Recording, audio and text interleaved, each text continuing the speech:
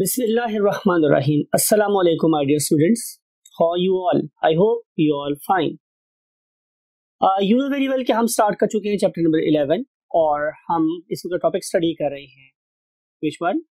Yes, next topic after the different types of what? Respirations. Last lecture में you know very well कि हमने discuss किया था कि इसको एरोबिक रेस्पिरेशन की इंट्रोडक्शन ली थी हमने, और फिर हम लोगों ने अल्कोहलिक फर्मेंटेशन और फिर उसके बाद लैक्टिक एसिड फर्मेंटेशन को हमने डिस्कस किया था. आज हम उसी बात को लेके आगे बढ़ेंगे और ये अंडरस्टैंड करेंगे कि इन रेस्पिरेशंस में उस पर्टिकुलर डिफरेंस के अलावा और क्या क्या डिफरेंस हो सकता है in the terms of energy, in the terms of step, in the terms of occurrence, और फिर आखिर हमारी एरोबिक रेस्पिरेशन में जो माइटोकॉन्ड्रिया इन्वॉल्व है आखिर उसका क्या रोल है, और फाइनली डिस्कस ये करेंगे कि हमारे एटीपी का स्ट्रक्चर कैसा है और उसमें एनर्जी कहाँ कहाँ स्टोर होती है. So let's move to the white board.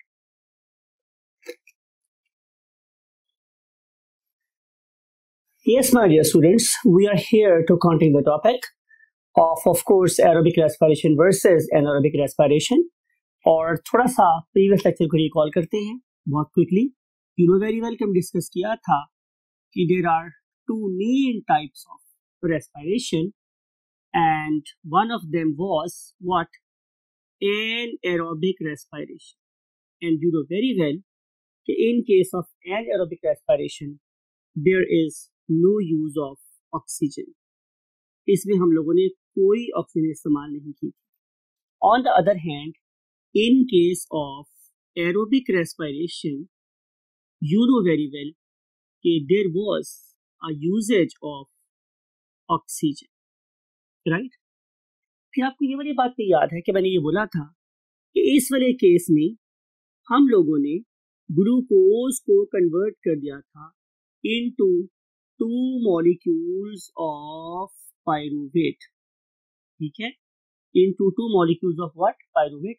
यहाँ पे भी यही वाला काम हुआ. यहाँ पे भी हम लोगों ने एक ग्लूकोज को कन्वर्ट कर दिया 2 मॉलिक्यूल्स ऑफ पायरुवेट में, राइट?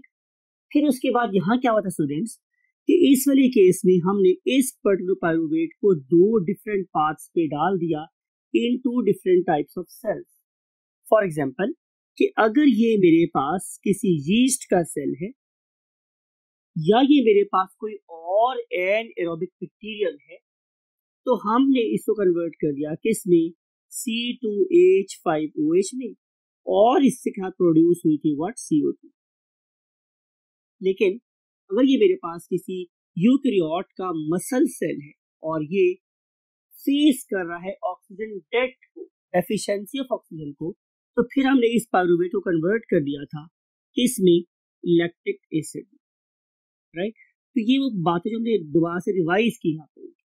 देखिए, अगर हम एरोबिक पाथवे पे चलेंगे तो फिर हम क्या करेंगे स्टूडेंट्स कि हम इस पर्टिकुलर पायरुवेट को ऐड कर देंगे, शामिल कर देंगे किसके अंदर?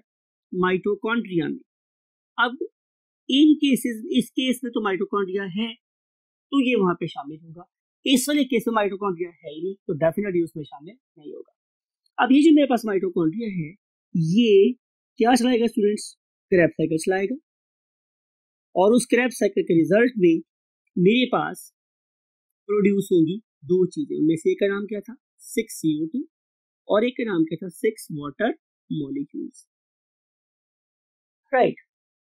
ये तो पुरानी बातें हैं. आज हम नई बात क्या सीख रहे हैं? नई बात हम ये सीख रहे हैं स्टूडेंट्स कि अगर मैं किसी ग्लूकोज के मॉलिक्यूल को एनाएरोबिक चैनल से, टनल से गुजारूं, वे से गुजारूं, तो उसके रिजल्ट में इसकी सिर्फ 2% एनर्जी लिबरेट होती है. जस्ट 2% एनर्जी लिबरेट होगी. लेकिन in case of aerobic respiration यहाँ पे जो 100% एनर्जी है वो क्या हो जाती है? लिबरेट हो जाती है. तो इससे आप देख सकते हैं कि this very aerobic respiration is a superior kind of what? Respiration as compared to anaerobic respiration where energy is definitely less than. अब अगली बात स्टूडेंट हमारे पास ये कि अगर इसकी एनर्जी 2% है और इसकी एनर्जी 100% है, तो फिर इस 100% के होते हुए हम इस पर्टिकुलर रेस्पिरेटरी मोड में लैक्टिक एसिड फर्मेंटेशन को क्यों और कब ऑप्ट करते हैं? तो इसका आंसर मेरे पास ये है कि जब कंडीशंस एनारोबिक हो जाएंगी तो जाहिर है तब तो मैं इस वे से प्रोड्यूस कर ही नहीं सकता एनर्जी को, तो definitely I have to switch this particular metabolism mean muscular metabolism towards what anaerobic respiration. तो जब कंडीशंस कैसी हो जाएंगी इस पर्टिकुलर टिश्यू में एनारोबिक, तो मजबूरी है, तो मजबूरी है कि अब हम लोग एनारोबिक वे से ही रेस्पायर करें। प्लस अगली बात और इंपॉर्टेंट है कि ये जो एनारोबिक रेस्पिरेशन है ये प्रोड्यूस करवाती है एसिड, और ये जो एसिड है ये हमारा मसल लेता है, टेक करता है as what, as an error signal, as an error signal. तो जब भी आप लोगों के मसल्स के अंदर कंडीशंस एनारोबिक हो जाएंगी तो मसल एनारोबिक रेस्पिरेशन करेगा और उसके रिजल्ट में क्या प्रोड्यूस करेगा, डेफिनेटली लैक्टिक एसिड। और लैक्टिक एसिड क्या करवाता है, जाहिर है मसल फैटीग करवाता है, और मसल फैटीग के रिजल्ट में जो कंडीशन डेवलप होती है उसे हम लोग क्या बोलते हैं कि खलियां पड़ गई, पेन होती है, राइट, क्या पड़ गई, खलियां। ये एरर सिग्नल है, ये प्रिवेंट करवाता है आपके मसल को वियर टियर से, राइट, तो it is taken as what error signal. अब देखना ये है कि बेसिकली ये 2% जो मेरे पास एनर्जी लिबरेट हुई वो कितनी एटीपी दे सकती है, तो answer is it can give me just 2 ATP molecules.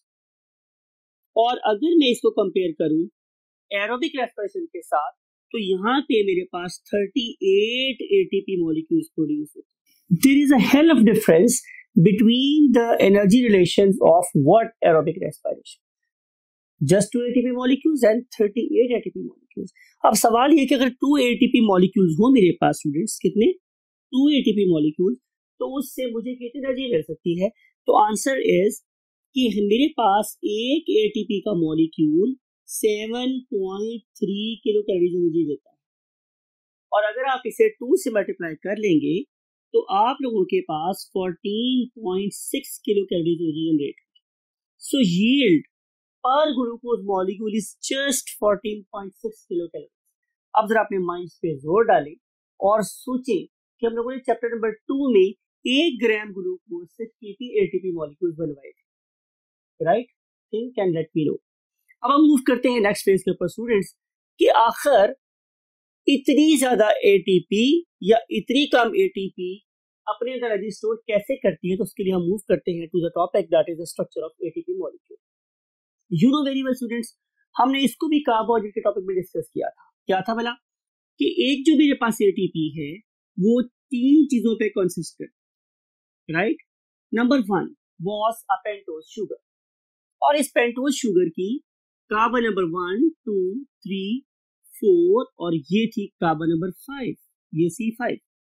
इस कार्बन नंबर 5 के साथ अटैच हो जाते थे क्या, फॉस्फेट्स। लुक एट दिस कि अगर मेरे पास एक फॉस्फेट अटैच है यहां से लेकर यहां तक, और इस पे अटैच हो गई क्या, तीसरी चीज।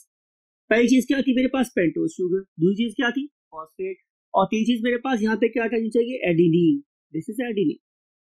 You know adenine is nitrogenous base, आप लोगों ने इसको बहुत डिटेल से पढ़ा हुआ है, कहाँ, structure of DNA, adenine, guanine, cytosine, thymine, ये वही एडेनिन न्यूक्लियोटाइड, राइट। अब इस एडेनिन न्यूक्लियोटाइड में अगर एक फॉस्फेट अटैच है तो यहां से लेके यहां तक इसका नाम क्या है स्टूडेंट्स, AMP, एडिनोसिन मोनोफॉस्फेट। बात को जरा गौर से सुनिएगा, इस AMP की एनर्जी वैल्यू 0, कोई एनर्जी वैल्यू नहीं, लेकिन जब मैं इसके अंदर इसके साथ अटैच कर दूंगा एक और फॉस्फेट तो इसकी एनर्जी वैल्यू क्या हो जाएगी, ज्यादा हो जाएगी। और जब मैं इसके साथ अटैच कर दूंगा एक और phosphate, third phosphate, something like it, तो जाहिर है अब इसकी एनर्जी वैल्यू क्या हो जाएगी, मैक्सिमम। अब आपको ये वाली बात भी पता है कि अगर किसी जगह पे सिमिलर चार्जेस इकट्ठे हो जाए, लुक एट दिस, यहाँ भी नेगेटिव चार्ज है, यहाँ भी नेगेटिव चार्ज है, यहाँ भी नेगेटिव चार्ज, OH पर भी नेगेटिव चार्ज होता है, तो जब इन सब चीजों के ऊपर नेगेटिव चार्ज एक्यूमुलेट हो जाएगा तो ये वाला मॉलिक्यूल हाईली क्या हो जाएगा, अनस्टेबल। और आपको पता है कि जो मॉलिक्यूल जितना ज्यादा अनस्टेबल होता है उतनी ही उसके अंदर क्या होगी, एनर्जी ज्यादा होगी, राइट।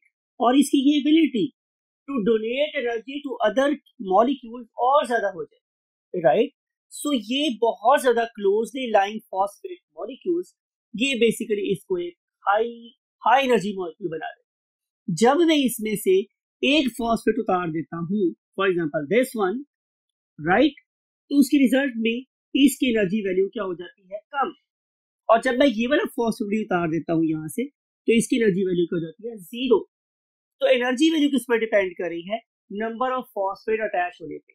आप ये बात कह सकते हैं कि सर हमारे पास एटीपी तो है, बीज एडेनोसिन ट्राइफॉस्फेट, तो क्या मेरे पास एडिनोसिन टेट्राफॉस्फेट भी हो सकती है? तो आंसर इज नो, बिकॉज कि इतना ज्यादा नेगेटिव चार्ज एक्यूमुलेट हो गया, अगर मैं इसके अंदर एक और फॉस्फेट अटैच करूंगा तो वो अपने अटैच होने से पहले रिपल्शन की वजह से टूट जाए। तो ये जो स्टेबिलिटी है, ये मैक्सिमम अनस्टेबल स्टेबल स्ट्रक्चर है। बात समझिएगा आप लोगों को, है तो ये स्टेबल, लेकिन इससे ज्यादा स्टेबिलिटी नहीं हो सकती अगर मैं इस पे एक और फॉस्फेट अटैच कर दूंगा, वो एग्जिस्ट ही नहीं करेगा। So therefore ATP can exist where as adenosine tetraphosphate it can not exist, right my students. तो ये है एटीपी का स्ट्रक्चर।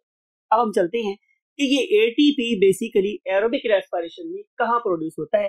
तो आंसर स्टूडेंट्स हमारे पास माइटोकॉन्ड्रिया में। लुक एट दिस, कि ये हमारे पास एक माइटोकॉन्ड्रिया है। यू नो वेरी वेल कि माइटोकॉन्ड्रिया की कितनी लेयर्स है, 2। एक जाहिर है outer layer that is tightly bounded, and other one is inner membrane that is loosely bounded. Loosely bounded का मतलब ये है कि हमारे पास जो मेम्ब्रेन है वो किस तरह है स्टूडेंट्स, फोल्ड हुई है into different folds in different parts. और इस पर्टिकुलर माइटोकॉन्ड्रिया की कितनी स्पेसेस हो गई, 2। एक ये बाहर वाली स्पेस है, इसे हम बोलते हैं आउटर माइटोकॉन्ड्रियल स्पेस, और एक ये सारी कैविटी है इनसाइड दिस वन, और इसे हम बोलते हैं इनर माइटोकॉन्ड्रियल स्पेस। इस इनर माइटोकॉन्ड्रियल स्पेस में वो सेट ऑफ एंजाइम और कोएंजाइम प्रेजेंट हैं जो इस पर्टिकुलर पायरुवेट मॉलिक्यूल को पहले कन्वर्ट करेंगे कहा, into a 2 carbon compound that is called as acetyl coenzyme A, right. अब देखिए जरा आपको गौर से कि ये पायरुवेट 3 कार्बन कंपाउंड था, और एसिटिक एसिड, आपको याद है एसिटिक एसिड, यस, CH3COOH। अगर मैं उस पर्टिकुलर CH3COOH में से H उतार दूं तो ये क्या बन जाएगा मेरे पास, ये बन जाएगा एसिटाइल रेडिकल। अब इस एसिटाइल रेडिकल के साथ मैंने अटैच करवा देना है through disulphide bridging coenzyme A, तो ये बन गया मेरे पास एसिटाइल कोएंजाइम A। फिर ये वाला एसिटाइल कोएंजाइम A फिर इस पर्टिकुलर माइटोकॉन्ड्रियल मेम्ब्रेन के अंदर मूव कर जाता है, और यहाँ पे ऑपरेट होता है students what, Krebs cycle, right. और इस पर्टिकुलर क्रेब्स साइकिल के रिजल्ट में हमारे पास क्या प्रोड्यूस होते हैं, further 36 ATP molecules, right. 2 molecules हमारे पास प्रोड्यूस हुए थे ग्लाइकोलाइसिस में, 36 ATP मॉलिक्यूल और प्रोड्यूस हो रहे हैं। इन 36 ATP मॉलिक्यूल्स को प्रोड्यूस करने की सलाहियत की वजह से ही हम इस पर्टिकुलर माइटोकॉन्ड्रिया को क्या बोलते हैं, definitely battery of the cell, powerhouse of the cell, generator of the cell, right. वैसे बुक्स इसको लिखती है powerhouse of the cell. तो इस पर्टिकुलर ग्रेट ऑर्गेनल की वजह से मेरे पास एनर्जी प्रोड्यूस होती है, और during the course of evolution Aahista Aahista Aahista Aahista eukaryotes dominate कर जाते हैं over the prokaryotes. So this is the relation or the role of mitochondria, and now we want to move to the next stage that is called as what, phases of respiration in eukaryotes. Phases of respiration in eukaryotes. What is meant by eukaryote?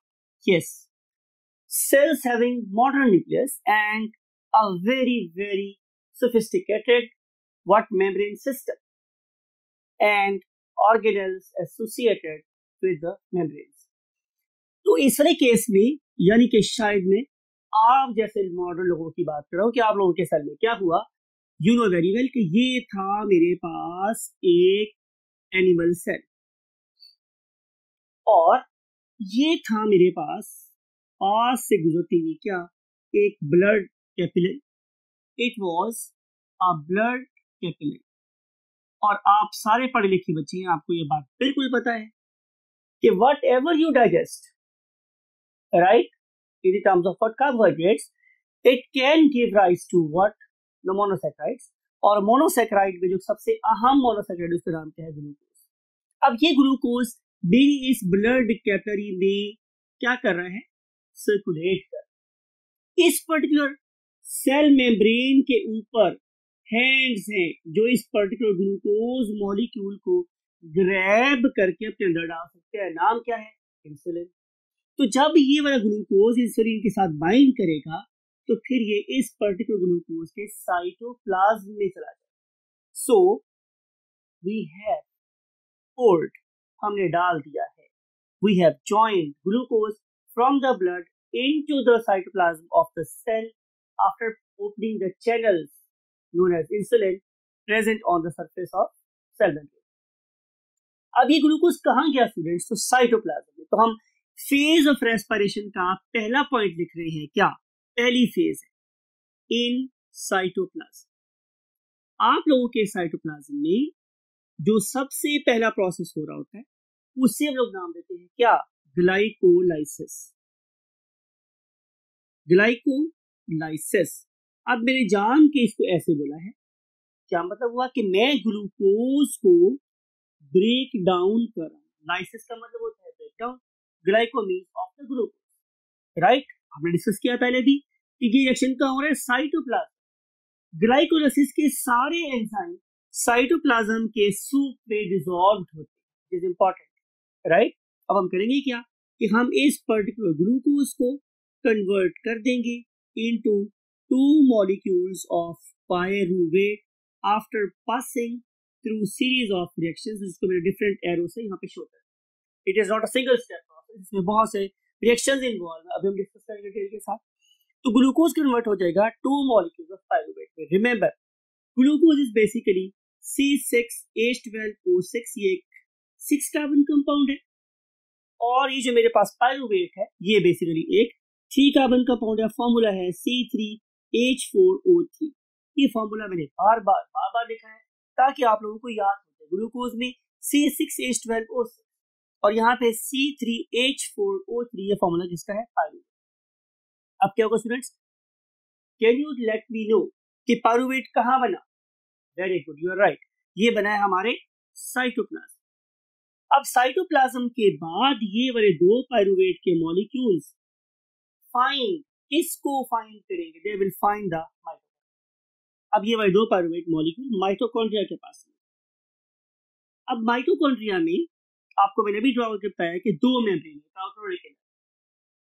इस particular outer mitochondrial space में एक reaction होगा जो मैं अभी describe किया आप लोगों को, सिर्फ मैंने यहाँ पे उसका नाम बताना है। उस रिएक्शन का नाम है व्हाट, लिंक रिएक्शन, लाइक। वो लिंक रिएक्शन यहाँ पे हो कि मैं इस पर्टिकुलर पायरूवेट को इस आउटर माइटोकॉन्ड्रियल मैट्रिक्स में भेज दूंगा, जिसके बाद ये वाले 2 पायरूवेट मॉलिक्यूल्स 2 एसिटाइल कंपाउंड में कन्वर्ट हो जाएंगे, CH3COO में कन्वर्ट हो जाएंगे, राइट। फिर ये वाला acetyl compound, acetyl molecule sulphide bridge के थ्रू किससे कंबाइन होगा, वो एंजाइम ए के साथ। अब ये जो मेरे पास मॉलिक्यूल बना है, it has a potential to shuttle into the inner mitochondrial membrane. यानी कि अगर मेरे पास कोएंजाइम अटैच नहीं होगा तो ये एसिटाइल मॉलिक्यूल मेरे इस पर्टिकुलर माइटोकॉन्ड्रिया के अंदर नहीं जा सकता। जब ये एसिटाइल कोएंजाइम ए बन गया तो अब ये यहां से मूव करके इस माइटोकॉन्ड्रियल मेम्ब्रेन के अंदर जा सकता है। ये कहां पर था स्टूडेंट्स, यहाँ मीन ये इस पर्टिकुलर पॉइंट से अंदर जा सकता है, राइट। ये है मेरे पास second phase of aerobic respiration और इसे हम लोग किस नाम से जानते हैं, लिंक रिएक्शन के नाम से जानते हैं। लिंक रिएक्शन क्यों कि ये जोड़ने के लिए इस्तेमाल होगा ग्लाइकोलाइसिस के प्रोडक्ट्स को उस पर्टिकुलर साइकिल के साथ जो इनर माइटोकॉन्ड्रियल मेम्ब्रेन के अंदर हो रहे हैं उन पर्टिकुलर एक्शंस को हम क्या बोलते हैं, क्रेब्स साइकिल, राइट। तो थर्ड फेज मेरे पास क्या आ जाती है students, number 3 is basically a Krebs cycle, right. तो ये जो क्रेब्स साइकिल है ये भी एक साइक्लिक प्रोसेस जो नंबर ऑफ प्रोडक्ट्स बनाएगा और इवेंचुअली इससे मुझे क्या ऑब्टेन होगी, यस यू राइट, मेरे पास CO2 बनेगी 6, फिर मेरे पास बनेंगे 6 वाटर मॉलिक्यूल्स और टोटली मेरे पास 38 ATP मॉलिक्यूल्स बन जाएंगे टोटली। तो ये है मेरे पास फेजेस, राइट। दोबारा से अगर समराइज करना चाहेंगे तो पहली फेज मेरे पास क्या है, ग्लाइकोलाइसिस। दूसरी फेज मेरे पास क्या है, लिंक रिएक्शन, राइट। और जो मेरे पास थर्ड फेज है is called as Krebs cycle, right. और इन सारी फेजेस से गुजर के अल्टीमेटली मेरे पास क्या बन जाती है, 38 ATP मॉलिक्यूल्स और ग्लूकोज की ब्रेकडाउन कर जाती है कंप्लीट। इस पर्टिकुलर लेक्चर की हमने आपसे बहुत इंपॉर्टेंट बात करनी है, वो स्टूडेंट्स ये है कि हमारे बॉडी में glucose step by step Aahista Aahista break होता है, एकदम से ब्रेक नहीं हो जाता।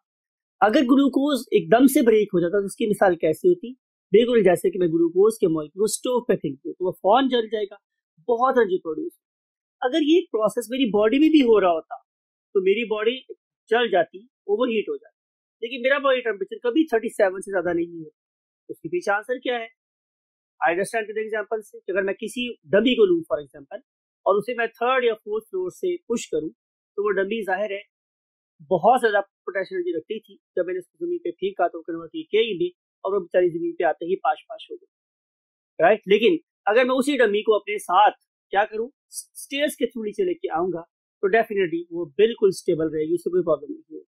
So same is the case यार कि अगर ग्लूकोज एकदम से ब्रेक हो जाए, बर्न हो जाए तो ट्रिमेंडस अमाउंट ऑफ एनर्जी एकदम से निकलेगी, और अगर मैं ग्लूकोज को सेल में step by step Aahista Aahista करके ब्रेक डाउन करूंगा तो एनर्जी यूजफुल होगी और हार्मफुल नहीं रहेगी। आई होप कि आपने इन एनर्जी रिलेशंस को और पर्टिकुलरली हमारी एरोबिक रेस्पिरेशन के कौन से स्टेप्स हैं उनको आपने बहुत समझ लिया होगा, और हम नेक्स्ट लेक्चर में आपसे इस बात से मिलेंगे कि how basically glycolysis takes place, means the reactions of glycolysis. Till that time, take very good care of yourself and again your great parents, and try to distribute facilities in your